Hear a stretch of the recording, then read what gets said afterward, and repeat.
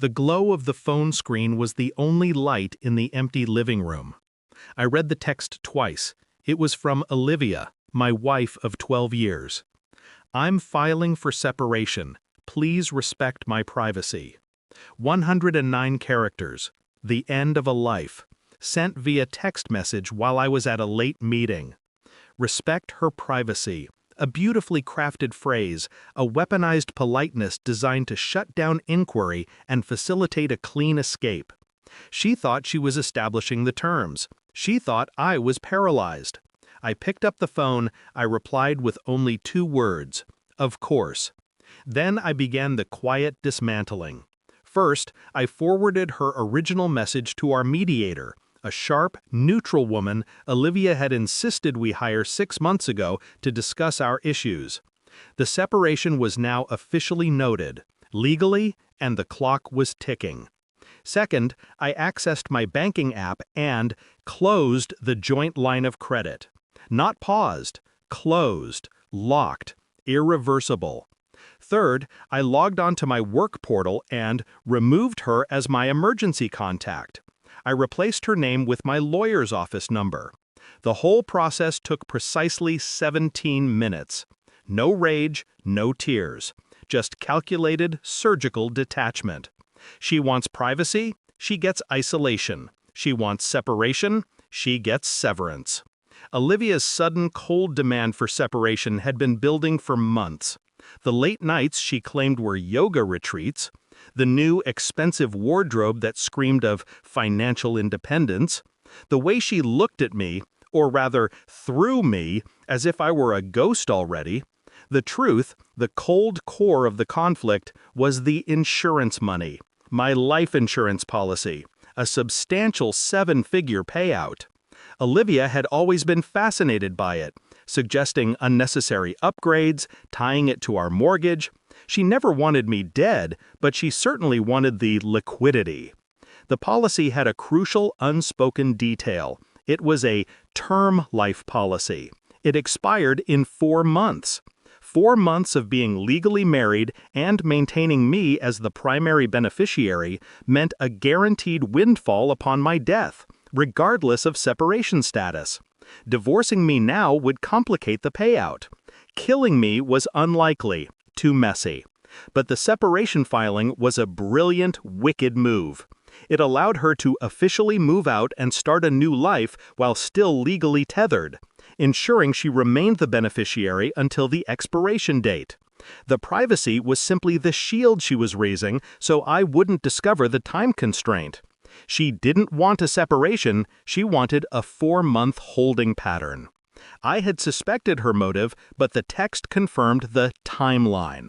I had to investigate, not for infidelity, but for collusion.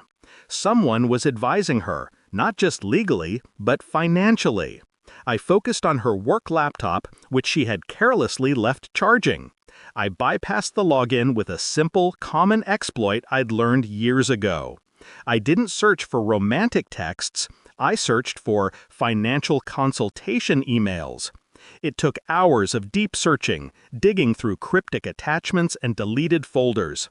I finally found a thread from a burner email detailing the financial maneuvers.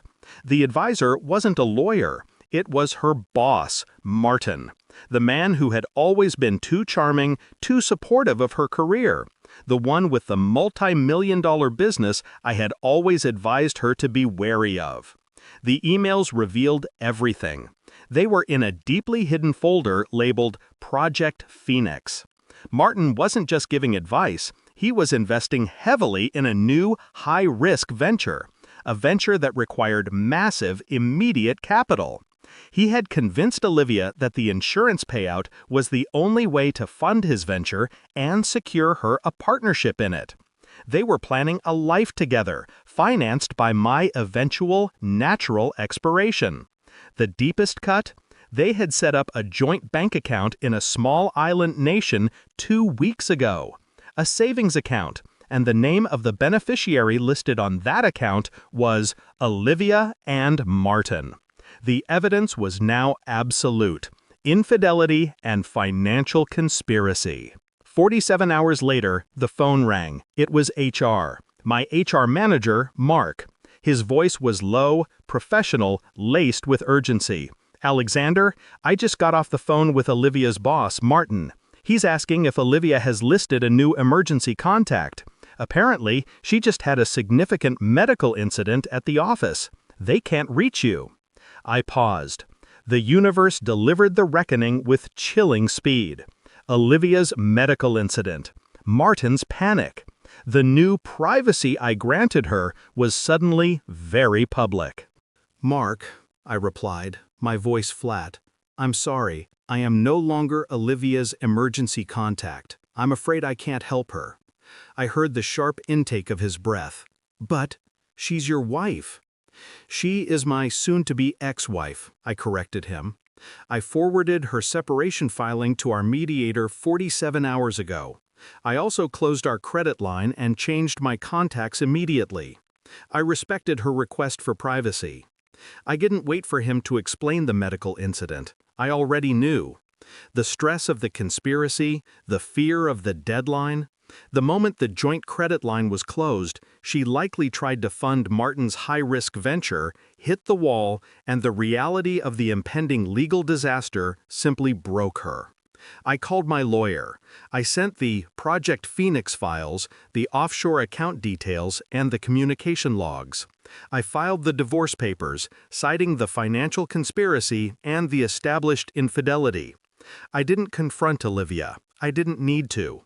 Her punishment was not inflicted by me, but by the collapse of her own scheme.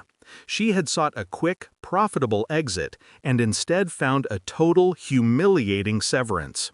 I changed the beneficiary on my life insurance policy, not to a family member, to a charity.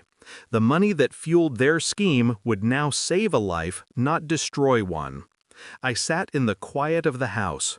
The silence was clean, the betrayal was exposed, the control was mine again. I was finally unreachable.